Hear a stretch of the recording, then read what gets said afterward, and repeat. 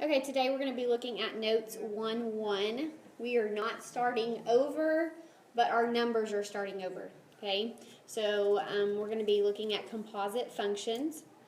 The composite of f of x and g of x is denoted as f, and then there's a circle. That circle means composed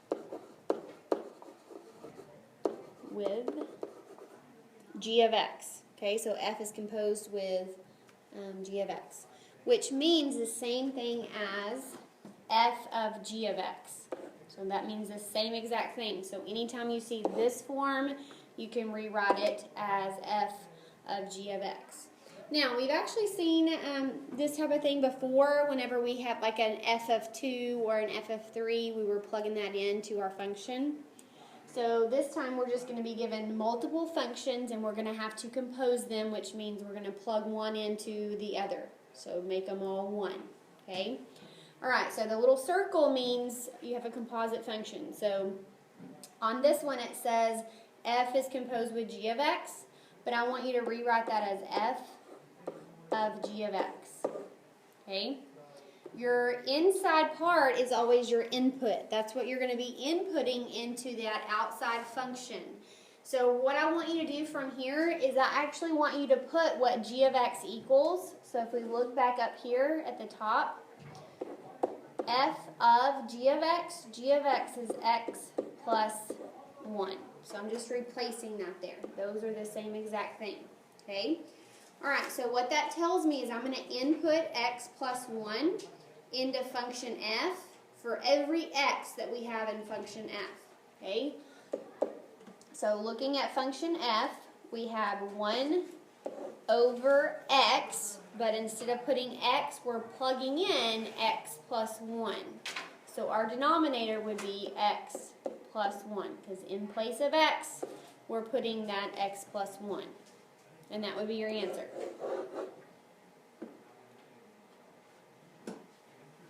Okay, so let's look at number 2. Now, notice that they look similar, except this means g of f of x. So the difference between those two is this time I'm going to look on the inside. I'm going to be inputting function f into function g. Okay, so instead of putting f of x inside the parentheses here, I'm going to put what f of x equals. So if we look back up at the top, f of x is 1 over x. Okay, so our input is 1 over x. I'm going to replace every x with 1 over x in function g. So this time we're looking at function g. Here's g. X, in place of x, I'm putting 1 over x. And then we're adding 1. I can't do anything with those two, so that's as far as I can go. Okay, so let's take a look at some different functions. Alright, so 3. Ryan Davis, would you come to the office, please? Ryan Davis. Okay, so 3, we have f is composed with g of x. I want you to rewrite that as f of g of x. So whatever is on the inside is what we're going to be inputting. So instead of writing that down, I'm going to replace my g of x with whatever g of x equals, which is 2x.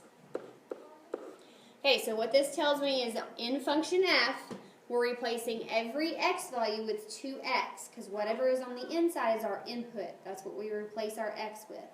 So if we're looking at function f here, we have 4 in place of x, we're putting 2x, and it's squared, minus 2, we're replacing our x with 2x. Alright, so I need to get rid of the exponent next. So I'm going to rewrite the 4. I need to square 2 and x, so that would make 4x squared. And then I'm going to go ahead and multiply these, which would make it minus 4x. Okay, so multiplying these together, that would give me 16x squared minus minus 4x.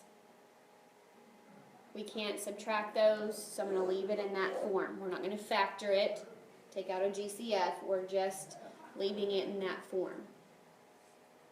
So basically you're taking a function and you're plugging it into another function. Alright, so let's take a look at 4. So we have g composed with f of x. So g of f of x. So that means f of x is what we're going to be inputting. If you look back at f of x equals 4x squared minus 2x. So we're going to replace, so basically we're taking this here and we're replacing it with the x on the other function, function g. So on function g I have a 2 times x, but x I'm replacing with 4x squared minus 2x. Okay, so from here I need to distribute, so that's going to give me 8x squared minus 4x. And again, we're not factoring it, we're just leaving it in that form.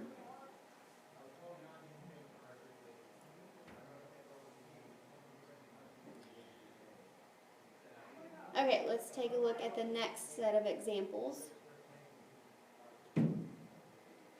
So we're doing f of g of x on number 5.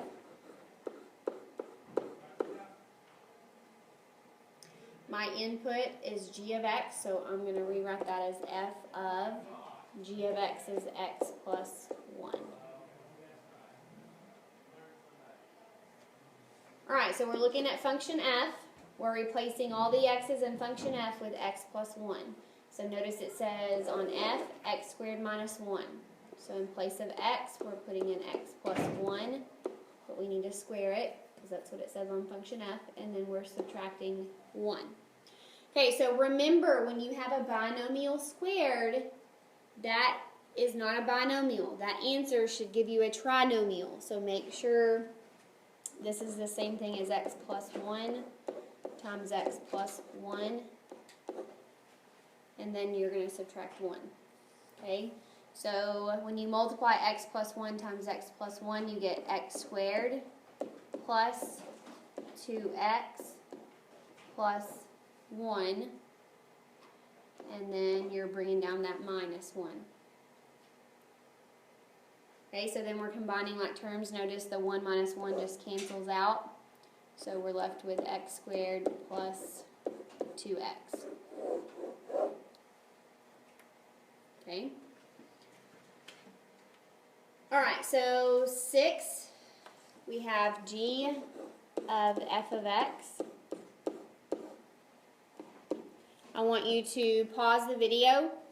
So somebody come up and pause the video here. And I want y'all to try this one on your own. And then you can press play again and check it and make sure that it's right. So take a couple of minutes to work on it by yourself. So someone come pause the video, and then y'all can watch it and see if you got it correct. Okay, so hopefully you were all able to finish that one. So we're going to plug in f of x, which is x squared minus 1, into function g, because my inside is my input, and then the g is what we're going to input into. So we have on function g is x plus 1. In place of x, we're putting x squared minus 1, and then we have to add 1, because this was my x here, and I need to add 1 to that. I don't have to put those parentheses there. Notice that the negative 1 plus 1 cancels out, so you should have got x squared for your answer. Okay, so now let's take a look at 7. All the other ones we had an F and a G. This one we do not. Notice the inside. Remember I told you the inside is your input.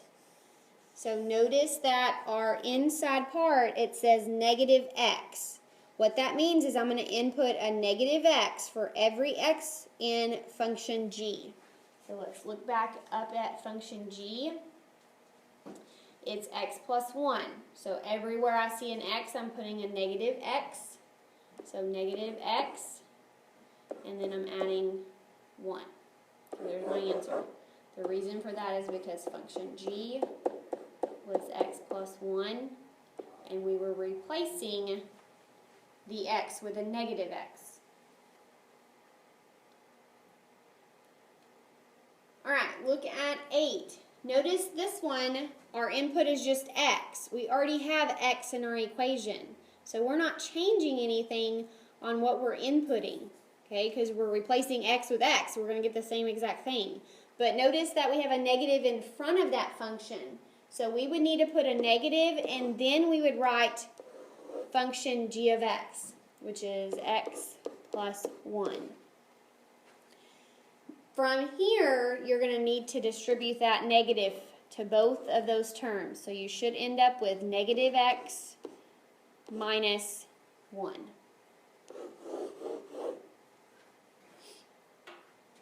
So remember, the inside part is your input. That's what you'll replace the x with. Okay, let's take a look at the back. We're given two new functions. It says f of 2. This is something that you've already seen before.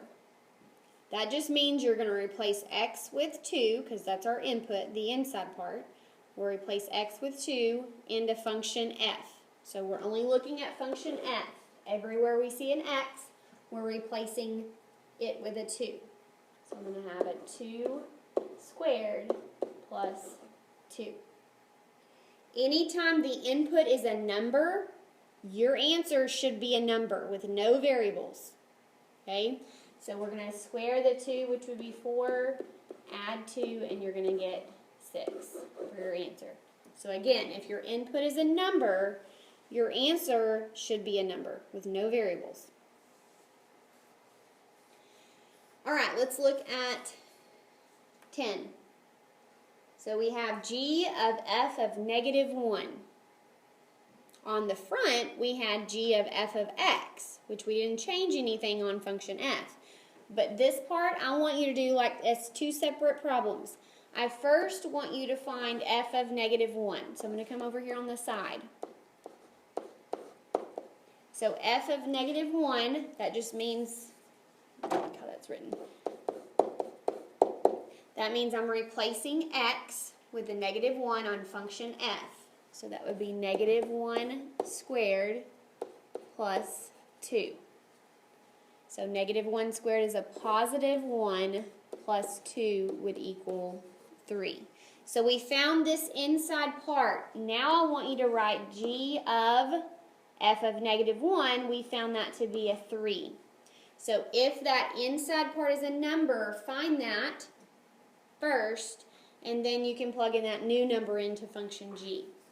So now I'm replacing x with 3 on function g. Here's function g.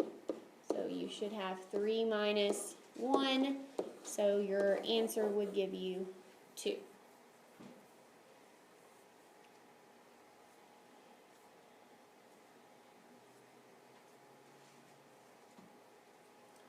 Alright, 11.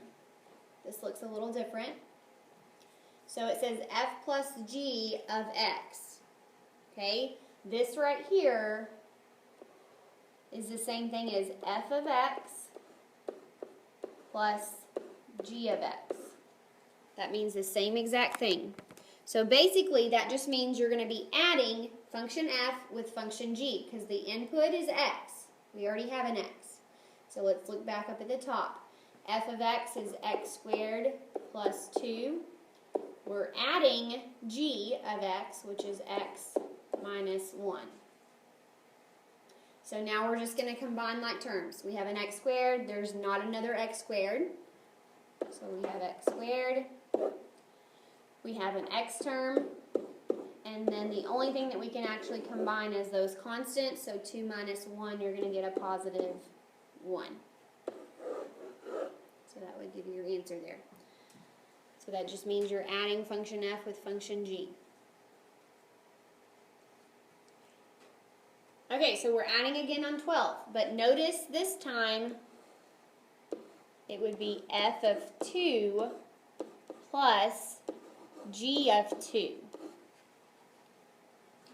So I'm going to replace my x's with 2's. So f of 2 means we're replacing x with 2, so that would be 2 squared plus 2. Plus g of 2. So look back at function g, you're replacing x with 2, so that's 2 minus 1. So you could look at it as two separate problems, find f of 2, find g of 2, and then add those two numbers together, or add all of them up. It doesn't really matter. You should get the same answer. Okay, so then we're going to have 2 squared, which is 4, plus 2. Just going to rewrite everything else. I'm going to work my way from left to right, so I'm going to get 6 plus 2 minus 1. Then I would get 8 minus 1, which would equal 7. So remember, whenever we started on this back page, I told you if the input is a number, your answer should be a number with no variables. All right, 13. Notice this time there's not an operation in between the f and the g. Anytime we don't see an operation, a plus sign or a minus sign, we know that we are multiplying. So that would be f of x times g of x. So we're multiplying them together. So f of x is x squared plus 2. G of x is x minus 1. We are multiplying those together. Notice we have a binomial times a binomial, so we will need to use FOIL here. So multiply x squared times x to get x cubed. And then x squared times a negative 1 is a negative x squared. 2 times x, you get 2x. And 2 times a negative 1, you get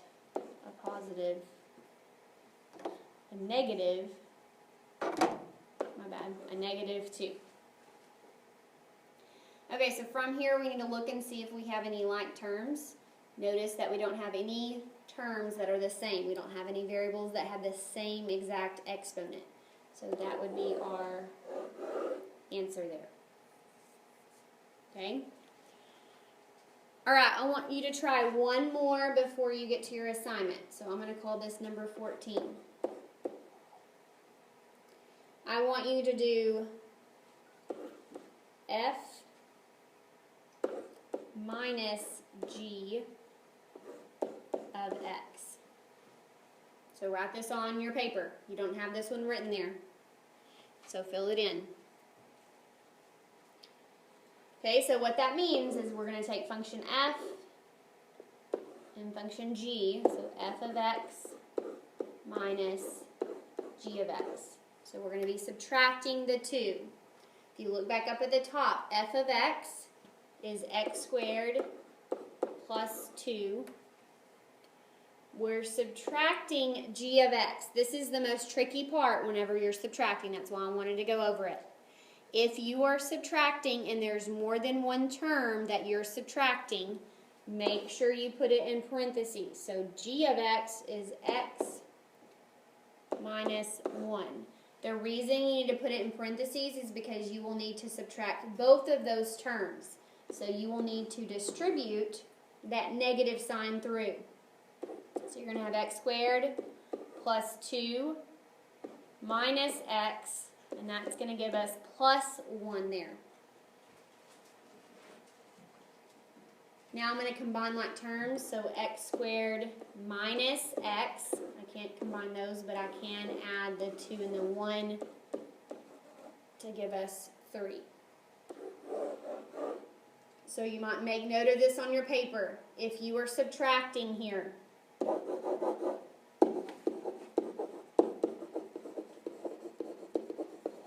make sure that you put parentheses if you have more than one term that you're subtracting. Okay, that's the most common mistake that I see on the ones that you are subtracting on, forgetting to distribute that -3. Okay? Alright, so you're going to get your assignment 1-1. You need to work on that. There's a key so you can check answers if you need to. This assignment will be due on Tuesday, and you're going to have another one tomorrow and another one Monday. So make sure you're using this class time today to work on this assignment. Okay? If you have any questions and you can't find anybody else that understands it, then I'll go over it tomorrow. But make sure that you're working until the bell.